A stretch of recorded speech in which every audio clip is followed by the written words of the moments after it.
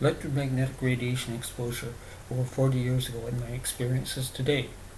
Over 40 years ago, I had a brief exposure to microwave radiation, in intensity enough to cause a heating effect instantaneously on the left side of my face. At that time, I did not think much about the experience other than I did not expect such a blast of heat from equipment. This was before microwave ovens were common household items. Few of us were aware of the potential of microwaves to cook, or knew that at that time the Soviet Union was using microwave radiation as a so-called non-lethal weapon against the U.S. Moscow embassy staff. That night was a sleepless night, wondering about the strange heating sensation I still felt on the side of my face. At the time of the exposure, I did feel an atypical headache when the unit was turned on, heard a drone or sound the others could not, and an unusual disorientation, etc. At that time, none of us would have recognized the symptoms of microwave radiation poisoning, a poisoning that would affect me in subtle ways during the next almost 30 years.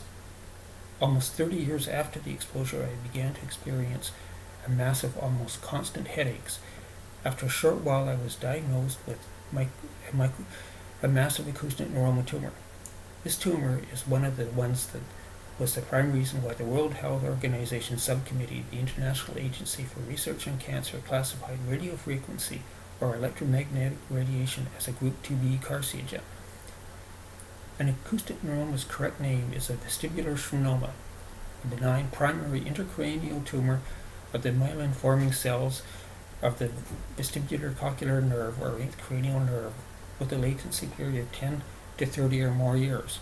Not a cancer, but would involve cutting the skull open to remove most of the tumor between the brain and brainstem. In my case, the first operation was 11.5 hours. Benign or not, it is still a serious situation. After the operation, I not only had to learn how to walk again, I even needed to learn how to sit up again. I was deaf in one ear, have compromised balance, and on the left side of my face, a facial numbness and paralysis on half my face. Approximately 10 years later, I had an additional 8+ hour surgery to remove some residual tumor that had grown to a very large size. It was while recovering from the second surgery that I experienced severe electromagnetic hypersensitivity effects, massive headaches, and severely itchy skin. At the time, the effects were dismissed as dry skin and after effects of brain surgery. No one considered the several-month-long constant exposure to the high level of EMF, typically that found in a hospital environment, was the cause of the itchy skin or headaches. Being released from hospital was the best thing for me, but until they knew the cause of my headaches, I should not have been released. Shortly after I was discharged to a relatively lower EMF environment, the symptoms began to abate. Then I started to use a laptop and wireless router. As it was a laptop, of course I used it in my lap. I did make sure the laptop did not vent heat down and the base remained cool. After several weeks, the itchy skin returned, particularly in the legs, and to an extreme, the foot next to the router became itchy to the point of pain. I spoke to my MD about the matter, and he prescribed a cortisone cream. It was only minimally effective, and no one should use such a cream regularly. I began to think about the possible causes and realized that the most likely cause was the computer, especially in its Wi-Fi mode. After a quick rearrangement of things and a wired or Ethernet connection, and within a few days the problem was gone. Decided to avoid EMF as much as practical and left things at that.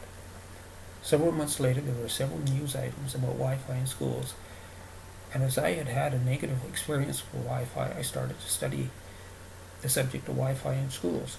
During the next few months, it became clear there was a reason to not use Wi-Fi anywhere, and in particular schools and seniors' homes. One should restrict their use and contact with it. They should also restrict their use and contact with cell phones and cordless phones at all times. A particular concern was how few people paid any attention to the safety warnings in the manuals that came with these devices. Even more serious, one realized that the safety warnings were nowhere near strict enough to protect the public. Employees assigned to these devices by their employer. I contacted the local Workers' Compensation Board, or as it is known in BC, WorkSafe BC, to suggest that when an employer assigns one of these devices to require the employee to read the safety manual. Later, while doing more study on the issue, I began to realize I was reading too much about my life experiences, and I too was suffering from radiation poisoning, the poisoning that was caused by unprotected exposure while working over 40 years ago. The next step was to file a claim with WorkSafe BC and to begin an extensive period of serious investigation into the issue. The more I learned, the more I realized how serious the issue is. Learning to live with the effects of radiation, and in particular the after effects of carcinoma, is not a good experience, and one that I do not want to see others have to deal with. Unfortunately, far too many of those in authorities such as WorkSafe BC, utility providers such as BC Hydro, and the Provincial Medical Health Officer in BC do not wish to look at and understand the proven harmful effects of radiation, preferring to rely on their own personal biases and not supported by independent peer-reviewed scientific research. Smart meters are contributing to the insidious spread of EMF in the environment. They are adding their EMF to the EMF already being released into the environment from the proliferation of smartphones and other personal communication devices such as iPads, cordless phones, cell towers, and more. We are immersed in a smog, an electromagnetic smog. During my study of the topic, I came to realize how inadequate the Canadian standards are. The Canadian standards are covered by Safety Code 6 and allow for a 6-minute exposure to 1,000 microwatts per square centimeter. Countries that have studied the subject in depth and have even considered using the microwave radiation as a non-lethal weapon.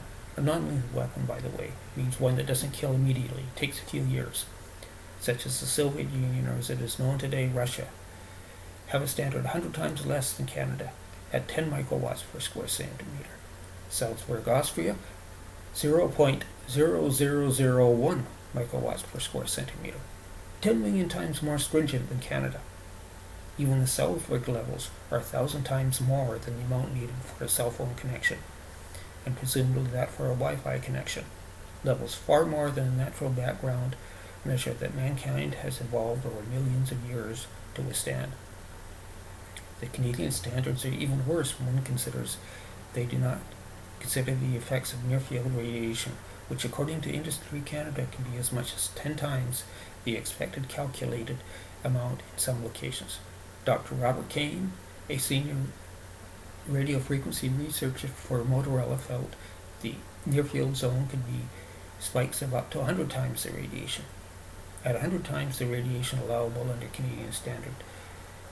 This allows for one to be exposed to more than the amount of radiation a home microwave oven produces. Would one willingly sit inside a microwave oven at full power for 6 minutes? I have no idea how much radiation I was exposed to, but to cause instantaneous heating, the intensity must have been very high.